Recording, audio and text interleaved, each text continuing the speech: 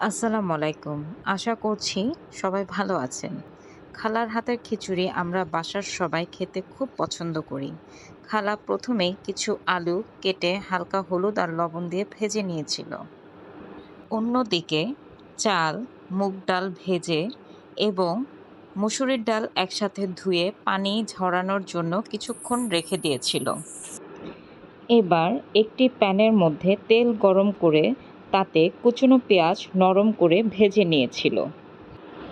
তারপর ভেজানো চাল ও ডাল দিয়ে কিছুক্ষণ নেড়ে দিয়েছিল এবং একে একে আদা ও রসুন বাটা, লবণ ও হলুদ দিয়ে ভালোভাবে ভেজে নিয়েছিল। তবে এখানে ভুলবশত লবণ ও হলুদ দেওয়ার ভিডিওটি ধারণ করা হয়নি। ভালোভাবে ভেজে নেওয়ার পর আগের থেকে ভেজে রাখা আলুগুলো উনি দিয়ে দিলেন। দিয়ে দেওয়ার পর উনি আবারও ভালো করে এটিকে কষিয়ে নিলেন। তারপর একে একে তেজপাতা, দারচিনি, এলাচি দিয়ে উনি আবারও ভালো করে নেড়ে নিয়েছেন, মানে কষিয়ে নিয়েছেন।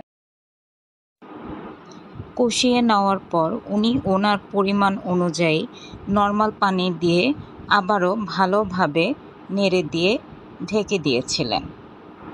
পানি যখন শুকানোর পর্যায়ে তখন উনি চুলো একদম কমিয়ে দিয়ে কিছুক্ষণ দমে রেখে দিয়েছিলেন।